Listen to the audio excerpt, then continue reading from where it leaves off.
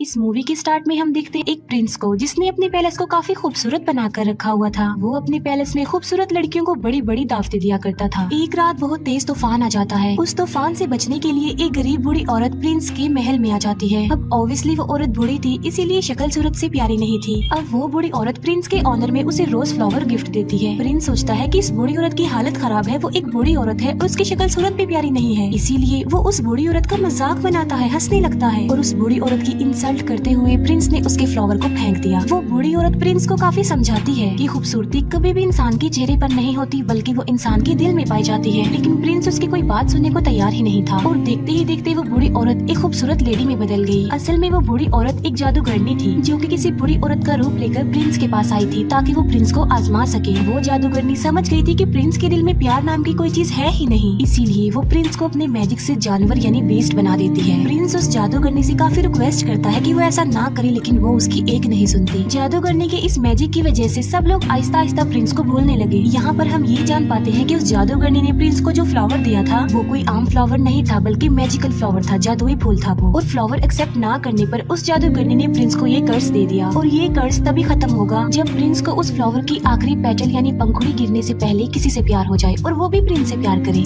लेकिन आखिरी पंखुड़ी गिरने से पहले अगर प्रिंस से किसी ने प्यार ना किया तो प्रिंस कभी भी इंसान नहीं बन सकेगा दोबारा, बल्कि बेस्ट ही रहेगा वो हमेशा। काफी साल गुजर जाते हैं लेकिन उस पैलेस में कोई भी नहीं आता। फिर हमें पैलेस के करीबी एक गांव में एक लड़की दिखाई जाती है जिसका नाम होता है बेल। बेल को किताबें पढ़ने, स्टोरीज पढ़ने का काफी शौक था। बेल के फादर एक डिजाइनर होते हैं। उसी गांव में एक और लड़का भी रहता है जिसका नाम होता है गैस्टोन। गैस्टोन जो कि बेल से शादी करना चाहता था, लेकिन बेल उसे शादी करना नहीं चाहती थी क्योंकि वो एक प्राउड इंसान था। गैस्टोन बेल से शादी करने के लिए उसे अपना बनाने के लिए काफी स्ट्रगल भी किया करता था, लेकिन उसकी कोशिशें नाकाम ही रहती हैं। एक दिन बेल के फादर को कहीं पर जाना था। जिस रास्ते से उन्होंने जाना था वो एक जंगल था। बेल के फादर देखते हैं कि उनके रास्ते में तो आग लगी हुई है, लेकिन वहाँ पर एक और रास्ता भी था जहाँ पर वो मुड़ जाते हैं। बेल के फादर अपने घोड़े पर सवार होते हैं, लेकिन तभी उन्हें जंगल से भेड़ियों की आवाज सुनाई देती है और फिर वही भेड़िए उनका पीछा करने लगते हैं। बेल के फादर अपनी जान बचाने के लिए वहाँ से भागते हैं और भागते भागते वो आ जाते हैं बीस्ट के पैलेस के पास। बेल के फादर जब अंदर जाते हैं तब उन्हें वहाँ पर कोई भी दिखाई नहीं देता। हालांकि ऐसा लग रहा था कि पैलेस में कोई रहता है। कैंडल्स भी जल रही थी और टेबल पर खाना भी पड़ा हुआ था। इतना अच्छा खाना देखकर बेल के फादर खाना खाने लगते हैं, लेकिन हम फिर बहुत हैरान कर देने वाली चीज देखते हैं। वहाँ पर जो कप पड़ा होता है वो बेल के फादर से बातें करने लगता है। बेल के फादर समझते हैं कि ये कोई सॉल है जो उन्हें डराने की कोशिश कर रही है, इसीलिए बेल के फादर उसे कहते हैं कि मैं तुमसे नहीं डरता। ये कहकर बेल के फादर वहाँ से भाग जाते हैं। अब यहाँ पर सवाल ये उठता है कि वो कप कैसे बोल पाया। असल में बात ये है कि वहाँ पर यानी पैलेस में जितनी भी चीजें पड़ी हुई थी वो पहले इंसान हुआ करते थे, लेकिन जादूगरनी के कर्ज की वजह से वो सब चीजों में बदल गए। बेल के फादर भागते हुए गार्डन में आ जाते हैं। वो देखते हैं कि वहाँ पर बहुत प्यारे प्यारे फ्लावर लगे हुए हैं। बेल के फादर सोचते हैं कि मेरी बेटी बेल ने अपने लिए फ्लावर मंगवाया था, इसीलिए वहाँ से वो एक फूल तोड़ लेते हैं और तभी वहाँ पर बीस्ट आ जाता है। फ्लावर चोरी करने की पनिशमेंट देने के लिए बीस्ट उन्हें प्रिजनर बना लेता है, लेकिन बेल के फादर का घोड़ा वहाँ से भाग जाता है और वो सीधा अपने घर आता है बेल के पास। बेल जब देखती है कि घोड़ा अकेला आया है, उसके फादर नहीं आए, तो वो फौरन समझ जाती है कि उसके फादर किसी मुसीबत में फंस गए हैं। इसीलिए बेल अपने फादर को ढूंढने के लिए उस घोड़े पर बैठ जाती है। वो घोड़ा बेल को ले आता है पैलेस में और पैलेस में ही बेल के फादर को प्रिजनर बनाकर रखा हुआ था। बेल जब पैलेस के अंदर जाती है तब उसे वहाँ पर कोई भी दिखाई नहीं देता। बेल वहाँ पर काफी आवाजें भी लगाती है, लेकिन उसे आगे से कोई भी रिस्पॉन्स नहीं मिलता।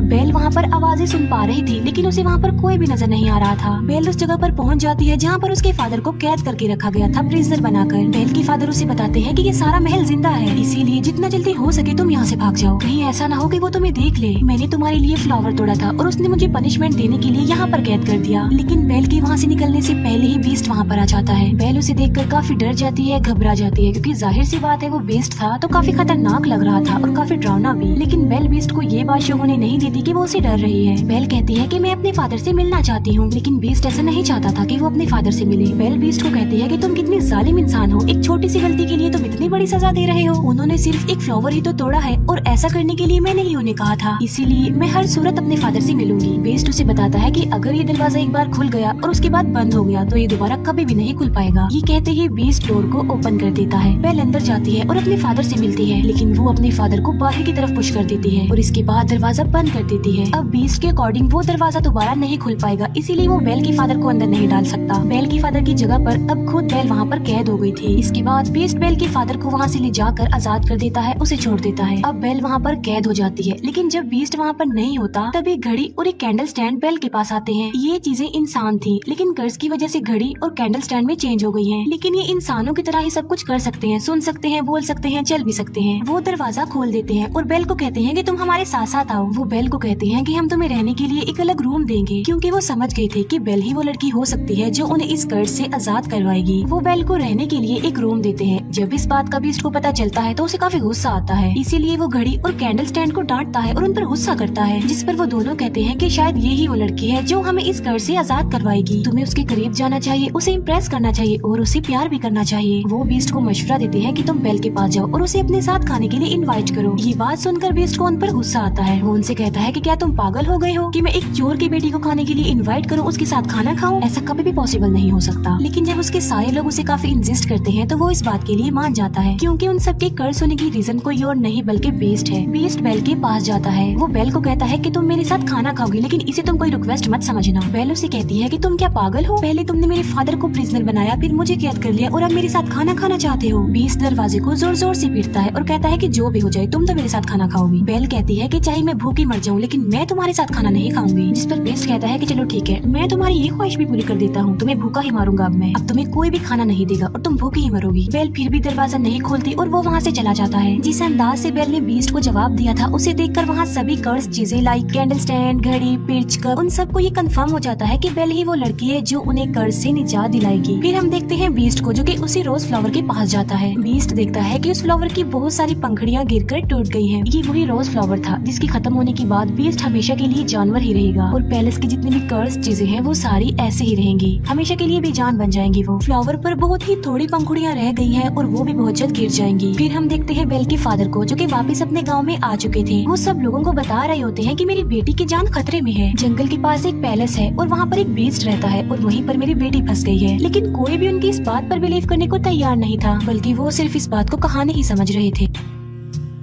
लेकिन गैस्टोन, जो कि बेल से शादी करना चाहता था, वो बेल के फादर को इम्प्रेस करने के लिए कहता है कि मैं तुम्हारी बात पर यकीन करता हूँ, मैं तुम्हारे साथ जाऊंगा तुम्हारी बेटी को बचा लाने के लिए। तब गैस्टोन और उसका एक साथी बेल के फादर के लिए जंगल के रास्ते निकल पड़ते हैं। जिस रास्ते पर बेल के फादर गए थे वो रास्ता इन्हें कहीं पर मिलता ही नहीं है। गैस्टोन को इस बात पर काफी गुस्सा आता है। वो बेल के फादर को कहता है कि तुम्हारा दिमाग खराब हो गया है, कोई बीस्ट नहीं होता। गैस्टोन बेल के फादर को ये भी कह देता है कि मैं तुम्हारी बेटी से प्यार करता हूँ और मैं उससे शादी करूंगा। जिस पर बेल के फादर कहते हैं कि तुम्हारी ये ख्वाहिश कभी भी पूरी नहीं हो सकती। इस बात पर गैस्टोन को काफी गुस्सा आता है। वो बेल के फादर के हाथ पांव बांध देता है और उन्हें एक ट्री के नीचे मरने के लिए छोड़कर वहाँ से चला जाता है, क्योंकि वो भेड़ियों का इलाका था और भेड़िए उन्हें मारकर खा लेंगे। फिर हम एक लेडी को देखते हैं जिसे उसके गांव से निकाल दिया गया था और उसका नाम था अगथा। अगथा बेल के फादर की जान बचा लेती है और उन्हें आजाद कर देती है। पैलेस में हम बेल को देखते हैं, जो कि उसी रोज फ्लावर के पास आ जाती है। बेल उस फ्लावर को भी टच करने ही वाली होती है कि वहाँ पर आ जाता है बीस्ट। बीस्ट उसे कहता है कि तुम्हें अंदाजा नहीं कि तुम अभी क्या करने वाली थी, अभी हम सब के सब मारे जाते हैं। बीस्ट गुस्से में आकर बेल से कहता है कि चली जाओ यहाँ से। तब बेल रोते हुए वहाँ से भागकर चली जाती है। घोड़े पर बैठकर जब बेल जंगल पार कर रही होती है तो वहाँ पर बहुत सारे भेड़िए आकर बेल को चारों तरफ से घेर लेते हैं। लेकिन इससे पहले कि वो भेड़िए बेल को कोई नुकसान पहुँचाते, वहाँ पर बीस्ट आ जाता है। वो उन भेड़ियों का काफी मुकाबला करता है, उन्हें काफी मारता है। बीस्ट उन सब भेड़ियों को वहाँ से मार भगाता है, लेकिन इस लड़ाई के दौरान वो खुद भी इंजर्ड हो जाता है। बेल अभी घोड़े पर बैठ कर वहाँ से जाने ही वाली होती है तो वो देखती है कि बीस्ट जमीन पर गिर गया है, क्योंकि वो काफी इंजर्ड है, उसकी हालत काफी खराब हो गई है। अब क्योंकि बीस्ट ने बेल की जान बचाई थी, उसे नई जिंदगी दी थी, इसीलिए बेल वहाँ से जाने की बजाय उसके पास आ जाती है। बेल उससे कहती है कि मैं तुम्हें उठा नहीं सकती, इसीलिए तुम्हें हिम्मत करके खुद ही उठना होगा। बड़ी मुश्किल से हिम्मत करते हुए बीस्ट खड़ा हो जाता है। बेल उसे अपने साथ घोड़े पर बिठाकर पैलेस में वापस ले आती है। बेल एक बार फिर से वापस उसी पैलेस में आ गई थी। पैलेस की सारी कर्ज चीजें बेल को देखकर काफी खुश हो जाती है, क्योंकि वो चाहते थे कि बेल यही रहे इसी पैलेस में। बेल और बीस्ट को एक दूसरे से प्यार हो जाए, जिसकी वजह से कर्ज खत्म हो जाए और सब कुछ नॉर्मल हो जाए। वो चीजें बेल को सारी स्टोरी नहीं बताती, ना ये बताते हैं कि वो इस कर्ज से कैसे आजाद होंगे, बल्कि सिर्फ ये बताते हैं कि जब उस फ्लावर की आखिरी पंखुड़ी गिर जाएगी हम सब ऐसे ही रह जाएंगे और बीस्ट भी हमेशा के लिए बीस्ट ही रह जाएगा। बेल बीस्ट को बैंडेज लगाती है। बेल जब बीस्ट के पास होती है तो वो एक शेर पढ़ती है, क्योंकि बेल का इंटरेस्ट बुक में, स्टोरी में और पोएट्री में बहुत ज्यादा था, लेकिन उस शेर को बीस्ट कंप्लीट करता है। ये बात बेल को काफी हैरान कर देती है। बेल उससे पूछती है कि क्या तुम भी पोएट्री पढ़ते रहते हो? बीस्ट कहता है कि मैं लव स्टोरी, प्यार, मोहब्बत, इनकी पोएट्री नहीं पढ़ता, बल्कि मैंने बहुत ज्यादा बुक्स पढ़ी हुई हैं, बहुत ज्यादा पोएट्री के बारे में जानता हूँ। जिस पर बेल कहती है कि मुझे तो प्यार मोहब्बत की बातें, प्यार मोहब्बत की कहानियाँ बहुत पसंद है। जिस पर बीस्ट कहता है कि तुम्हारी शक्ल देखकर ऐसा लगता है कि तुम्हें प्यार मोहब्बत में बहुत इंटरेस्ट है। अगर तुम कुछ पढ़ना ही चाहती हो तो कुछ अच्छा पढ़ो। फिर बीस्ट बेल को अपने साथ अपनी लाइब्रेरी में लेकर जाता है, जो कि काफी बड़ी थी। वहाँ पर बहुत ज्यादा बुक्स थी। बेल उन बुक्स को देखकर काफी शॉक्ड भी रह जाती है और काफी खुश भी हो जाती है, क्योंकि गाँव में पढ़ने के लिए उसे कोई भी बुक नहीं मिलती थी और यहाँ पर तो उसे इतनी सारी बुक्स मिल गई है। बीस्ट कहता है कि अगर तुम चाहती हो तो हमारे साथ यहाँ पर रह सकती हो। ये बात बेल को काफी खुश कर देती है। फिर वक्त के साथ साथ एक दूसरे के साथ काफी टाइम गुजारने लगे। इन दोनों की दोस्ती हो गई। वो एक दूसरे के काफी करीब आ गए। एक दूसरे की लाइक्स डिसलाइक्स उन्हें पता भी चल गए। दोनों साथ मिलकर खाना भी खाते थे। फिर बीस्ट बेल को गाना भी गाकर सुनाता है और बीस्ट बेल को एक बुक भी दिखाता है, जो कि एक जादुई बुक थी। वो कहता है कि ये बुक मुझे किसी जादूगरनी ने दी थी और इस किताब की मदद से हम लाइफ के किसी भी टाइम में जा सकते हैं। लाइक हम पास्ट टाइम में जा सकते हैं, फ्यूचर टाइम में जा सकते हैं। बेल उस टाइम में जाना चाहती थी जब वो अपनी मदर से आखिरी बार मिली थी। बेल जब उस टाइम में जाती है तब उसे पता चलता है कि उसकी मदर को एक इन्फेक्शन हो गया था। इसीलिए बेल की मदर ने बेल के फादर को कहा था कि तुम बेल को लेकर हमेशा के लिए यहाँ से चले जाओ, ताकि मेरी बेटी को भी ये इन्फेक्शन न लग जाए।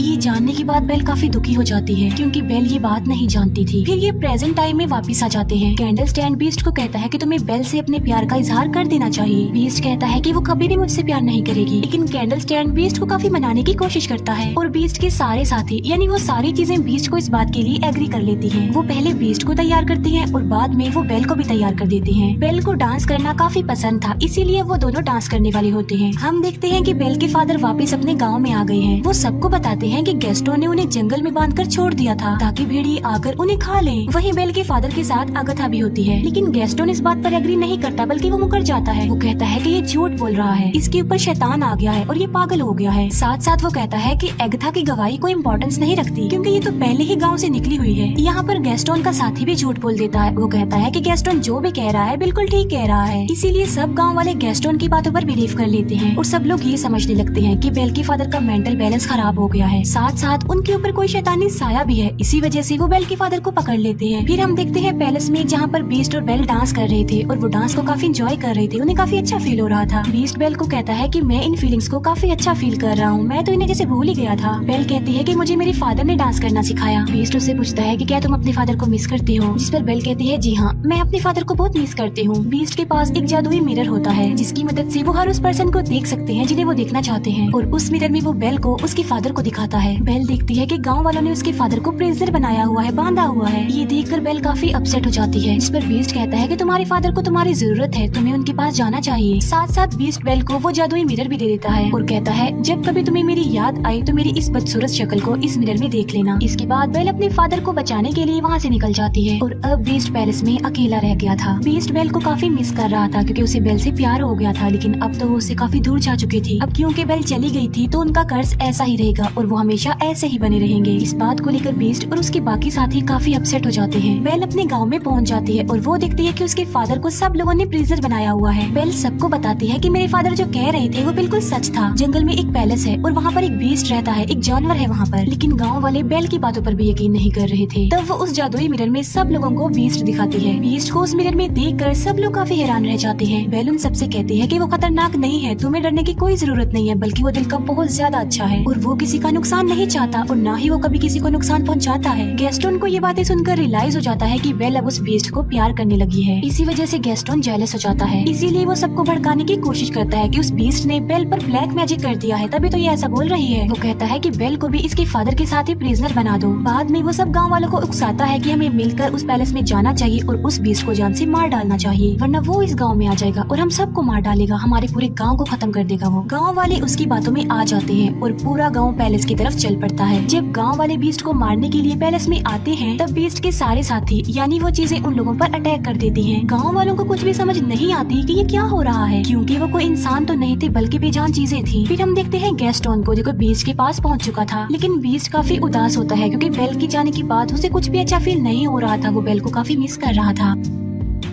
गेस्टोन बीस्ट को कहता है तुम क्या समझते हो कि बेल तुमसे प्यार करती है, बल्कि तुम्हें मारने के लिए उसने हम सब गांव वालों को भेजा है। ये कहते ही वो बीस्ट पर गोली चला देता है और बीस्ट जाकर नीचे गिरता है। लेकिन नीचे गिरने से पहले बीस्ट टेरिस के एक टॉप को पकड़ लेता है, लेकिन इससे पहले कि गेस्टोन दूसरी गोली चलाता बेल वहाँ पर आ जाती है। गेस्टोन को रोकने के लिए बेल उसका हाथ पकड़ लेती है। इस फाइट में गेस्टोन भी जाकर नीचे गिर जाता है। गेस्टोन की गन भी उसके हाथ से गिर जाती है। बीस्ट ऊपर आने की कोशिश करता है, तभी बेल उसे आवाज देती है। वो बीस्ट को बताती है कि मैंने गाँव वालों को रोकने की बहुत कोशिश की थी, लेकिन वो नहीं रुके। बेल को वहाँ देखने के बाद बीस्ट के अंदर एक हिम्मत पैदा हो जाती है और अब वो गैस्टोन का मुकाबला करना चाहता था और अब वो पहुँच जाता है गैस्टोन के पास। वो गैस्टोन को गर्दन से पकड़ लेता है और उसे हवा में कर देता है और बीस्ट गैस्टोन को काफी ऊंची दीवार से फेंकने ही वाला होता है, जिस पर गैस्टोन बीस्ट से काफी रिक्वेस्ट करता है कि प्लीज मुझे मत फेंको, प्लीज बीस्ट मुझे छोड़ दो। बीस्ट उससे कहता है कि मैं बीस्ट नहीं हूँ। ये कहते ही बीस्ट गैस्टोन की जान छोड़ देता है और उसे कहता है चले जाओ यहाँ से। गैस्टोन वहाँ से चला जाता है और बीस्ट आ जाता है बेल के पास। मौके का फायदा उठाकर गैस्टोन अब पीछे की तरफ से बीस्ट पर गोलियां चलाता है, जिसकी वजह से बीस्ट नीचे गिर जाता है। लेकिन गैस्टोन जिस जगह पर खड़ा हुआ था वो जगह टूट जाती है और गैस्टोन भी जाकर नीचे गिरता है। इतनी ऊंचाई से गिरने की वजह से गैस्टोन मर जाता है। बीस्ट की हालत काफी खराब हो जाती है क्योंकि वो काफी इंजर्ड था और अपनी आखिरी सांस गिन रहा था। बेल बीस्ट को कहती है कि अब के बाद मैं तुम्हें कभी भी छोड़ के नहीं जाऊंगी, जिस पर बीस्ट कहता है लेकिन अब मेरी तो जाने का वक्त हो गया है। जिस पर बेल कहती है कि तुम्हें कुछ नहीं होगा, सब कुछ नॉर्मल हो जाएगा। और हम देखते हैं कि उस फ्लावर की आखिरी पंखुड़ी भी गिर जाती है। जैसे ही वो पंखुड़ी गिरती है बीस्ट बिल्कुल खामोश हो जाता है और वहाँ पर बीस्ट के जितने भी साथी थे यानी वो चीजें थी वो भी एकदम से बेजान हो जाती हैं। बीस्ट को मरता हुआ देखकर बेल को काफी दुख होता है और उसकी आंख में आंसू होते हैं। यहाँ पर बेल भी अपने प्यार का इजहार कर देती है। वो बीस्ट को कहती है मैं तुमसे बहुत प्यार करती हूँ और वो बीस्ट के करीब भी आती है। तभी वहाँ पर एगथा भी आ जाती है। एगथा जिसे गाँव के लोगों ने निकाल दिया था। असल में बात ये नहीं थी बल्कि वो जादूगर ने कोई और नहीं बल्कि एगथा थी। वो देखती है कि बीस्ट को किसी से प्यार हो गया है और वो लड़की भी अब बीस्ट से प्यार करती है, यानी अब वो कर्ज खत्म हो गया है। और देखते ही देखते बीस्ट के चारों तरफ रोशनी ही रोशनी चमक उठती है और बीस्ट अब एक खूबसूरत प्रिंस में चेंज हो जाता है। ये देखकर बेल काफी खुश हो जाती है। वो दोनों एक दूसरे को देखकर काफी खुश होते हैं, एक दूसरे के पास आते हैं और एक दूसरे को गले से लगा लेते हैं। और पैलेस की जितनी भी कर्ज चीजें थी अब वो इंसान बन गई थी, यानी अपने असली रूप में आ चुकी थी। सब लोग काफी खुश हो जाते हैं। बेल और बीस्ट पैलेस में सब लोगों के बीच में डांस कर रहे होते हैं और इसी के साथ ही इस मूवी की हैप्पी एंडिंग हो जाती है। Thank you for watching.